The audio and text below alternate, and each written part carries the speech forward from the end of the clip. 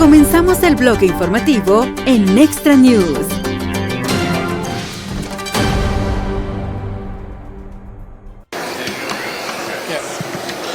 Ready? All right. Hello, everyone. Sean Duffy here. Thank you for coming out. We're going to give you an update on Newark. I'm here with Chris Rushalow, the acting administrator of the FAA, Sarah McKeon from the Port Authority. She's the Newark Airport Director of Aviation, as well as Scott Kirby, the CEO of United Airlines, and Tom Kane, one of New Jersey's finest in Congress. So I appreciate them all being here with us. Today we're celebrating the opening of Newark's runway. And this is a 60-day project that actually is completed 13 days early. And we all couldn't be more grateful to the Port Authority, everyone who worked so hard, the unions, the labor that worked to make sure this happened. They were working around the clock, 24/7, to make sure they could complete the project before that 60-day time frame. And what is interesting is I think you were going to beat the time frame by a couple days, but when they saw some of the issues that were happening here at Newark, they actually ramped it up even more. And again, this is a great day to celebrate the opening of the runway. And it goes to a broader point in regard to the issues that we're having here. What you're seeing is everyone who touches the problem is giving their full-hearted effort.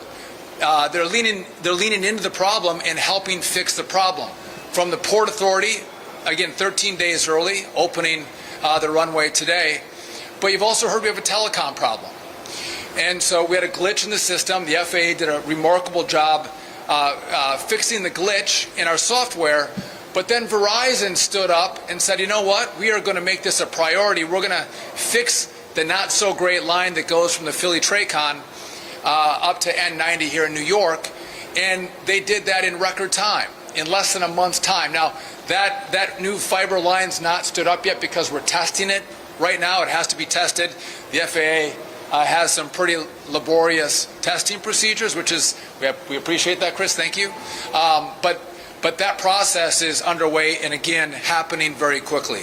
By the way, after that, we're laying fiber from N90 to Newark, but the line from N90 to Newark has not been a real issue for us.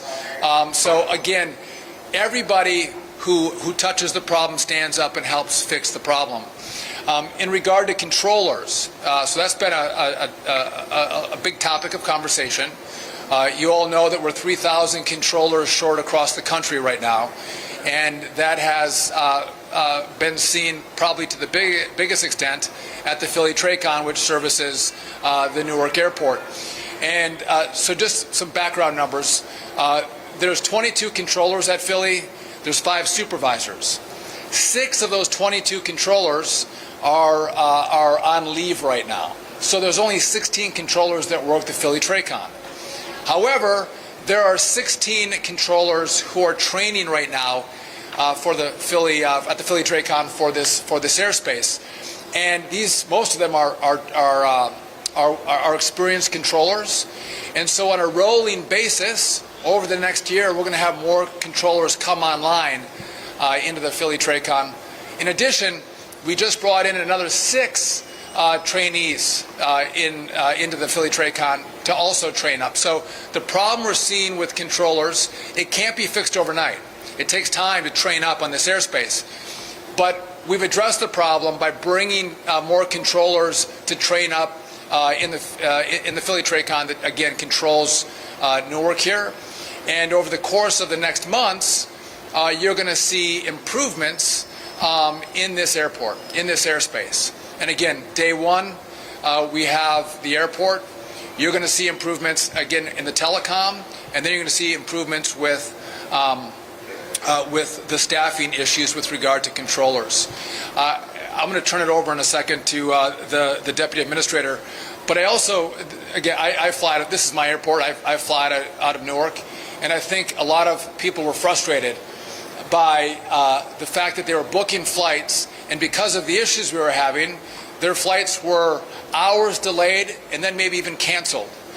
And all of the airlines came together with the FAA's leadership and United being the biggest provider, biggest airline here at Newark, they work together to reduce the capacity at the airport. Again, we're flying 28 flights an hour in regard to departures, and I think the beauty of that is that when you book your flight, you're going to fly. Again, you don't want to book and wait 2 hours and be canceled. If you book, you want your plane to take off, and so we are at an agreement now where, again, if you come to this airport, by the way, Chris or Scott said we got some even better pricing right now at Newark. So if you want to book at Newark, you might get a little better deal if you're coming out of this airport. But if you book, you fly, and that's critical. That's important. And so the message I have for all of you is no one here has created this problem, right? The problem has landed on our laps, but I want you to know that you have every asset that touches the problem working together, coordinating, cooperating, collaborating to make sure that as a team we address the problem that exists at Newark. And by the way, we may see some of these problems happen at other places around the country. And with the same kind of energy and fervor, we're going to address those problems should they come up. And so, again, I'm proud of this team. I want to again say thank you to the Port Authority, who again leaned into the problem and brought us to a moment where we're 13 days early. Again, critically important, getting the runway up and active. And so, with that, I want to turn it over to a guy who has done just an amazing job as the acting administrator of the FAA. He came in, and I think a lot, probably more has been thrown at him in the last 6 months than anyone who's come in to lead the FAA in recent memory. Acting Administrator Chris Rushlow. Thank you, Mr. Secretary. Pleasure to be with you all here today. And let me just echo really quick the Secretary's comments about true appreciation for the collaboration that went into this, particularly with the Port Authority today. We are actually using the new runway today for departures, and that's a big deal. Way ahead of schedule, and certainly contributing to a safe and efficient operation. I would also say our next steps are we're going to have our technical operations people go out and certify that new runway for arrivals as well. It's going to take a little bit longer, simply because we want to make sure that the equipment there is certified, is flight checked, and so that's going to take a few more days. But we're really proud of that collaboration that brought everybody together to be able to utilize that extra runway today. I would also note that, as the Secretary talks about, a lot of the work that went into this in advance. So we're running a 28 arrival rate right now. Once we certify that extra runway with the new arrival instrument landing systems, we'll be able to move up to 34 rate arrival per hour. Again, a lot of that has to do with the collaboration that went into it with the airlines, with the Port Authority, in order to make sure that we're supporting a smooth and efficient and reliable air transportation system for the summer with everybody involved. So it's a real pleasure to be here today. I'm very proud of the work we've done in collaboration, particularly the FAA technical operations and controllers.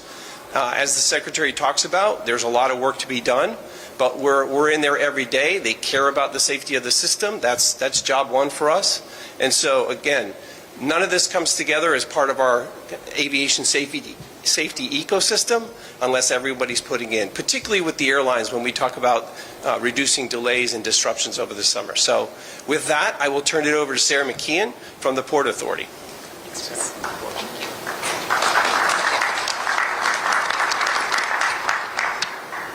Good afternoon, everybody. Thank you so much all for being here. And Secretary Duffy, we appreciate you joining us at Newark to mark this tremendous milestone. I want to take a moment to really emphasize the incredible achievement of our Port Authority staff and our partners at Crisdell Construction, who completed this phase of the Newark rehabilitation of the runway project 13 full days ahead of schedule. It was no easy feat to get here. It took around-the-clock work literally 7 days a week of people, multiple crews, paving, milling, electricians, and Port Authority aviation, operations, maintenance, and engineering staff to make this happen. Thank you to all of you for all of your dedication and hard work over the last several weeks. With all of the runways that are now in operation at Newark, the FAA air traffic controllers have maximum flexibility to safely and effectively manage arrivals and departures throughout the system. As an agency, the Port Authority is committed to ensuring that Newark is a world-class airport. This is evidenced in part by our $3 billion investment in the award-winning Newark Terminal A and our upcoming development and replacement of the Newark AirTrain system. That said, our top priority remains returning Newark to its full operational capacity. We look forward to continuing to support the FAA and the Department of Transportation in their efforts to address the staffing and technology challenges that remain to restore Newark to its full operational capacity and potential. Thank you all so much. And with that, I'll turn it over to United CEO Scott Kirby.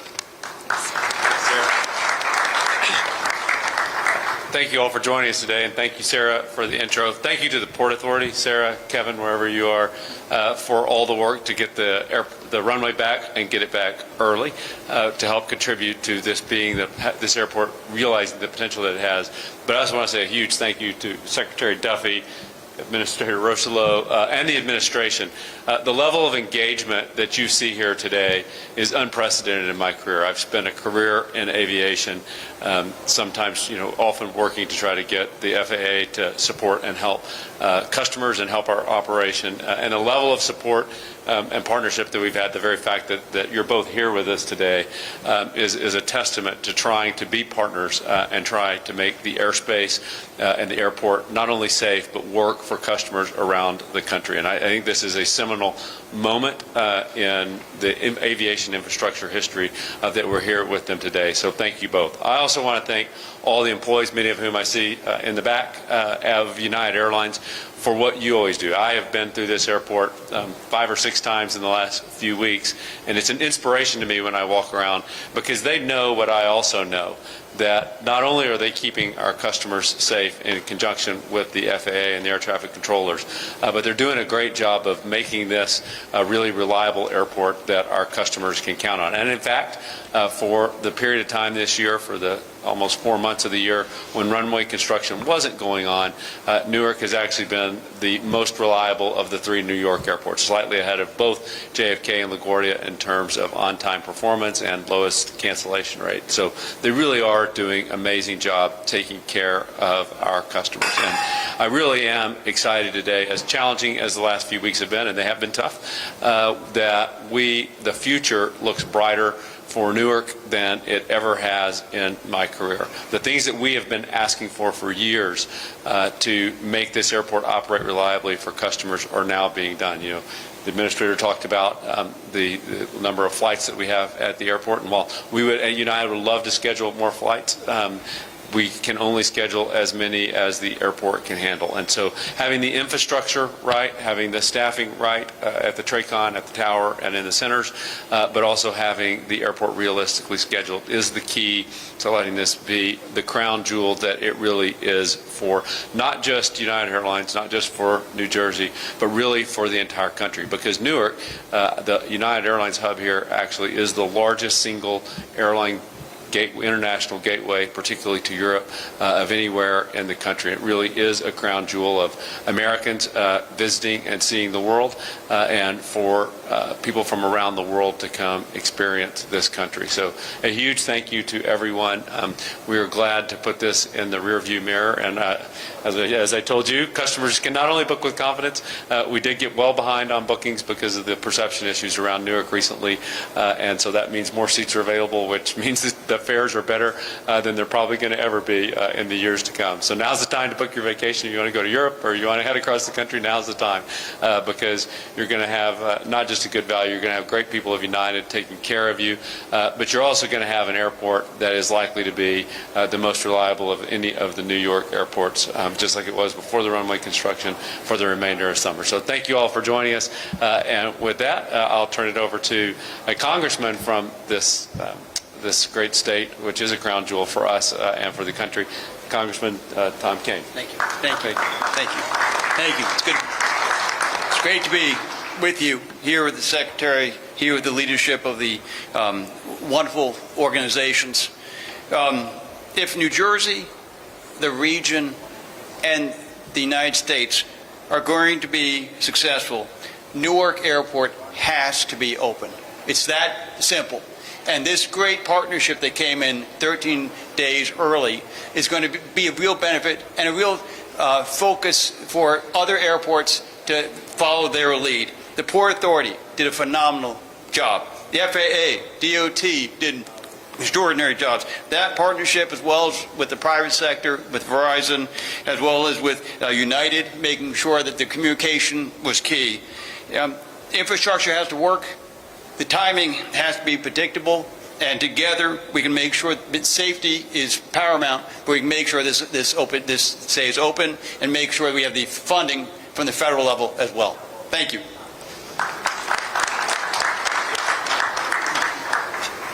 All right, we're happy to take any of the questions you may have for us.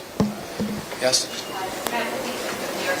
So when are thank you. So when are passengers really going to see a change or a difference and, you know, in volume and the ability to book more flights and options, things like that? So I'll take a crack at that. If I get it wrong, Chris will tell me.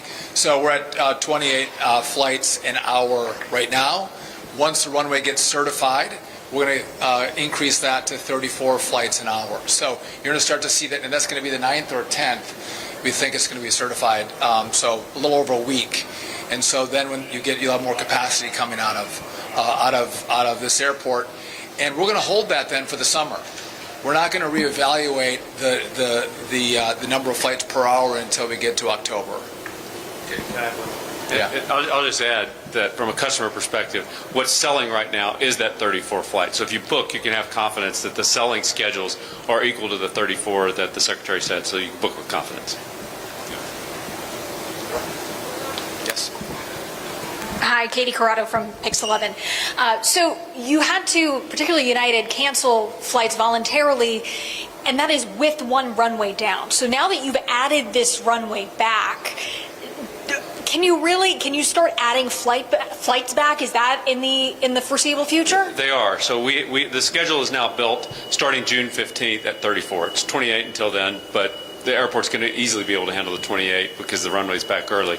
But once it's back to starting June 15th, the airport is scheduled at 34 per day. And again, that's what's in the selling schedules today. So if you're buying a ticket this summer, you can have confidence that that's the schedule. And I think we'll be able to gradually ramp that up by the time we get out to October and look at the data. But we're confident. And the other thing that United has done is fly bigger airplanes. So we'll have fewer flights. We have fewer regional jets, and we're flying bigger aircraft in to keep the number of seats for customers similar to what it was before. But the schedule is now set. Okay. Just to add to that, we had three problems. One, the runway was getting rebuilt, and again today we're celebrating 13 days early. We had a telecom issue. That new fiber is laid, but it has to be tested. And then we have the staffing issue with air traffic controllers. So all of those things on a rolling basis are going to come online, and as that happens, we're going to be able to expand the capacity of the airport. But again, you can't snap your fingers and make it happen really quickly because these things take longer than a week or two or even a month. Yes. Secretary, can you, I have two questions. One is the fiber that got laid and is getting tested. When do you expect that to come online? So I don't want to overpromise and underdeliver. So we're looking at it, but our hope is at the end of June, early July, we can switch it over. Okay, and then But that's the line from the Philly Tracon to N90. And that was the problem line that we for had. radar, for telecom? For telecom. Okay. And then the air traffic controllers, you mentioned that there's many in training that they should be able to roll out over the next year. Can you give us a little more particulars on that? Do you expect all of those air traffic controllers that are getting trained for Area C to be, rolling out like a year today? Like how can you just give more detail on that? So we have 22 controllers. 6 are on leave right now. Okay, so it leaves us with 16 controllers in the Philly Tracom. And we have 16, there's really a lot of 16s in here, so don't be confused. We have 16 in training. 14 of those are experienced controllers from other airspaces. They have to get trained up in this airspace. And so depending on where they're at in the training will depend on when they roll out of training and become certified controllers for this airspace. I believe, Chris, we have another 6 that just came in on top of the 16. So there's a total now of 22 controllers in training. And so it does take time, right? You want to make sure you have well-trained, certified controllers controlling your airspace. And so, again, they won't come out all at the same time, but they'll roll out over the course of the next months up to a year. So you'll start to see reduced stress on the controller front as we go from month to month. Yes?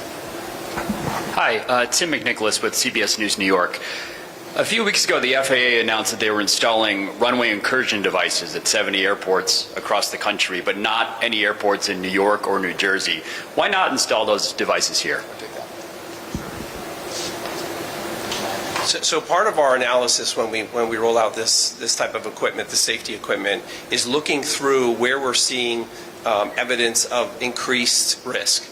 And so what we want to do going into this is identify those airports that have perhaps increased risk and put those safety mitigations in place as early as possible. So that's not to say that those 79 airports are the only airports that we're looking at. We're just constantly rolling through the system to make sure that as we identify these areas for this new technology, we can put that in place and make sure that we're mitigating that risk that we identify kind of in our ongoing safety analysis process. Good afternoon. Ramsey Khalife with WNYC, the local NPR station. So 2 questions. You said that Verizon took up a lot of that work to make the replacements to lay down cable. Did they do that between Long Island and Philly? Like how many miles of cabling is that really? So that was between the Philly Tracon and New York, yes. How many exact miles? I don't know. But again, as the crow flies, I'm not sure if we went as the crow flies, but it's miles. And again, they did it very quickly. And what about the other technology? Obviously, that's something that the DOT has proposed that needs to be completely changed across the country. But that continues to age. So what effects are we going to see if that doesn't happen more immediately? So again, the equipment's been working, right? But we're starting to. It's like I'm driving my car and I'm hearing some knocks. I got some smoke coming out of the back. I got some problems. And it's incumbent upon us to tell America we have problems and it has to be fixed. And so in the big beautiful bill, there's $12.5 billion to start this project. Big deal. I believe the Senate's going to provide more dollars for us also. We'll see what they do. But the failure of the past has been the FAA has gotten small tranches of money, not full funding. We need full funding. We need the money up front so we can contract out and build this brand new system across the country. That's been one problem. Usually the FAA deals with middle management. FAA projects get done at the bottom of the list normally, and they take forever. Frankly, they rarely get done. We are dealing at a CEO level as we're thinking through who's going to come in and partner with us in this project. So the buy-in is way different in this project. The money is going to be way different. And the final point is we're going to need permitting reform because this has to happen fast. And again, we're not building a 6-lane thoroughfare. We're not building skyscrapers. We're going to lay fiber. And so hopefully the Congress will work with us on that as well. And hopefully we'll get it by, end of July or August. Tom, we're going to get this by the end of July or August? By July 1. Tom says July 1. I can't wait. Yes. Thank you. Good afternoon, Secretary. If you'll forgive me, slightly technical questions. First, the fiber cable that you said is for telecom, is that going to deal with some of the radar latency issues that have been going on between N90 and Philly Tracom as well, or is that simply voice communications? Yeah, it's both. It's both. Okay, thank you. And that 34 an hour that once the runway is certified should be the capacity of the runway layout here, is that reliant on full staffing at Philly Tracom, or is that achievable with what you've got now? That's achievable with what we have right now. Yeah, so we have the capacity, and now if there's something unforeseen that happens where we lose controllers for some reason, we'll scale those numbers back, but we'll have the staff to go to 34 with the current staffing at the Philly Tracom. Okay. Yes. Hi, Jelani Gibson, NJ.com. Can we get an estimate on what the flights per hour were before all of the delays started happening? 50, 54. Do you want to take that? The theoretical capacity of the airport was about 38.5 per hour, so 77 total operations per hour.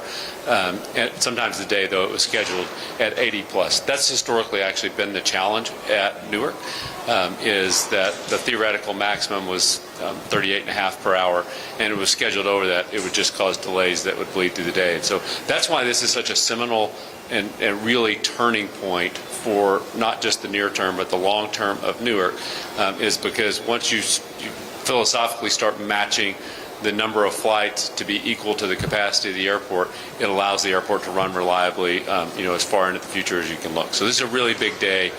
This agreement that the FAA drove with the airlines is really a turning point for Newark for the long term. And so just to be clear, you are 4 flights per hour away from the operational capacity? From what it was historically. Okay, got it. Anybody else? Hey, Lauren Simonetti, Fox Business. So when you reevaluate in October, what do you want that number per hour to be? And is the 34 number just United, or is that airport-wide? So you take it. Yes, sir. Yeah, thanks. So that's airport-wide right now, as Mr. Kirby, sorry, as Mr. Kirby described, what we're going to do is monitor that progress through the summer. So we'll watch the nature of the operations. Obviously, weather contributes to some of that as well. And then as we continue to roll new controllers on, new certified controllers, we'll be able to assess kind of where that benchmark is going forward past October. But we'll continue to work that regularly with the airlines that operate and the Port Authority to make sure that we've kind of got a good sense of that as we get into the fall and the winter. Anybody else? I just want to get clarity on the timeline for upping. You're having the inspection June 9th, and June 15th is when you'll actually launch the 34 planes an hour? I think the difference is in planning for the 15th, United has their schedule at 34 on the 15th, but the capacity of the airport will be 34 if certified on the 10th. Right? Okay. Correct. Thank you. Megna with Skift. I was wondering, as far as like the funding that you've talked about for air traffic control reform, what sort of timeline do you envision for that project? So there's a number of factors, and permitting is a big one, but I believe we can do it in 3 to 4 years. And what you'll see is it's not a whole work project that completes in 3 or 4 years. You'll have airports that are done well before that, right? So we'll upgrade airspaces, TRACONs, towers, and you'll see the benefits as we go from year to year. We hope the completion of all of our airspace will be finished in that 3 to 4 year time frame. If I get the permitting reform, I think we're closer to 3. If we don't, we're closer to 4. And again, this is an American project. This is an American build. This is the most important infrastructure project that we've had in this country for decades. And so you're going to see, I think the Congress is going to engage. If the bill's on the floor today, and Tom will tell me if I'm wrong, we'd have 90 90% of all Republicans and Democrats in both chambers, they vote for it. Everyone agrees this is nonpartisan. Everyone knows we have to do it. What vehicle does the money get on in Congress to get it to us? That's why I left Congress. Maybe I'm not going to figure that out. But they want to do it, which is really important. And again, the companies that are going to work with us, they are going to work with us at the top level. And again, this is more like DOD. How they get their work done, it's a priority. We're going to be a priority, and that's going to mean we can do this in record time. And just the last point I'll leave you with is, as we think about all the runway, and again, it's not going to be certified for landings until the 9th and 10th. We care about safety.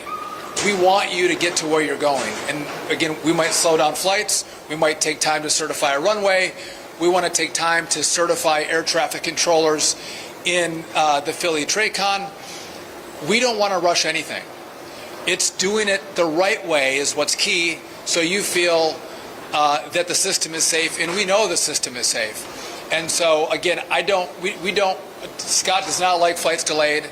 I don't like flights delayed or canceled, but we will do it if we don't feel like the system is safe, or we have enough controllers, or there's an issue in the airspace. We slow it down or we shut it down. And I always get the question, is it safe to fly? Yes, it's safe to fly. And it's because we have such a great team that focuses day in and day out on the flying public safety. And so with that, I want to thank this team. I want to again thank the Port Authority for all of your work. Again, amazing how fast they worked around the clock to make today happen. And with that, thank you all very much.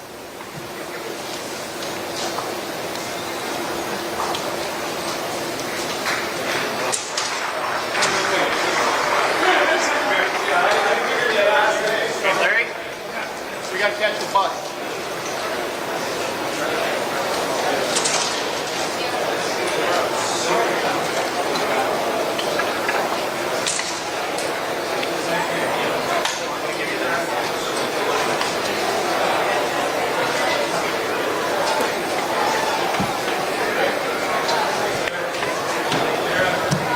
Muy pronto, vuelve a escuchar las noticias más relevantes en este canal de noticias.